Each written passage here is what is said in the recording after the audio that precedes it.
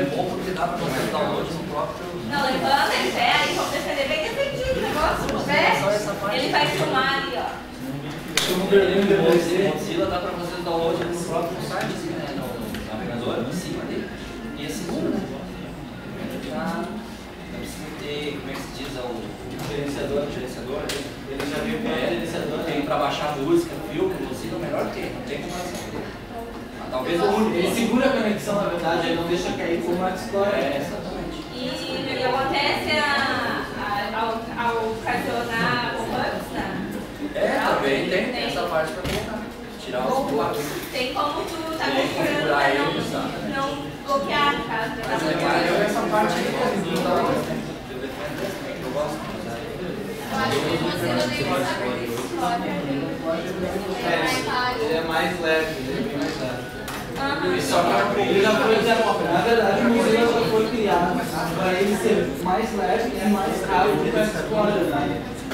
Basicamente, eu já quero ele mais leve e mais rápido para superar o Explorer.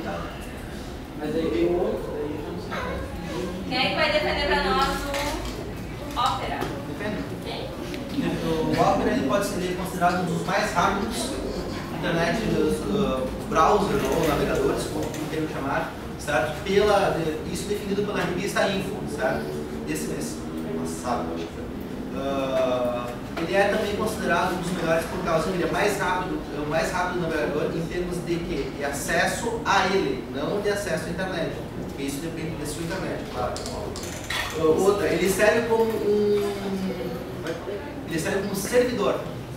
Como servidor. Eu tenho em casa, eu tenho um notebook em casa, eu tenho mais 2, 3 computadores, ele serve, porque eu quero só baixar lá naquele computador, eu posso acessar e lançar lá a minha URL para baixar lá em casa, no meu servidor.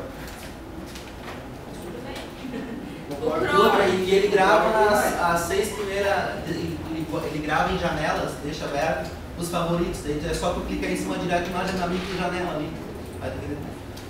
O bordo de você embaixo tem mais, tem que fazer uma página na internet, clicando do lado direito, faz igual de visualizar na página, não no lugar. Coisa assim, e já tem um validador de página, ele deve direto no W3. Verdade. 3, não, é W3C que eu validei, valida os códigos na primeira.